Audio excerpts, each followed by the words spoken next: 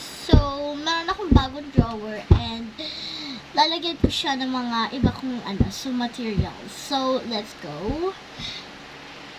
And ito pala siya, guys. Yuhuu! Dito ko siya ilalagay. Hala? Hindi siya masyadong kita sa video. So, move ko yung cabinet. And 3, 2, 1. So, na-move ko yung cabinet. Lalagay ko muna siya dito sa gilid. There we go. Tapos yung ipitan ko dyan dito, guys. As in na, paborito ko talaga mag-change ng mga desk. So, I guess I'll try this. So, ilalagay natin siya dito sa taas.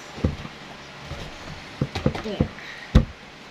Tapos, ito naman, ito tissue na to. Hindi ko lang sa mga gamit eh. Pero okay lang yan. Lalagay natin yan. Ang display lang siya, guys. Okay. There we go. At ito, dito siya. Hindi kasha. Daya. Okay, nilagay ko dito para sa magiging drawer ko. Saglit lang, guys. Para sa magiging drawer ko yan, guys. Yuhuu! Saan ko to ilalagay, guys? Dito lang yan sa likod, guys. Possible na hindi ko alam kung saan to ilalagay, guys.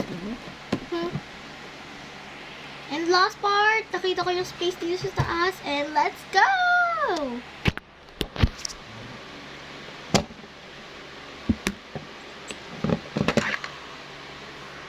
Ayan na siya, guys. Okay lang naman to at comfortable naman siya para dyan.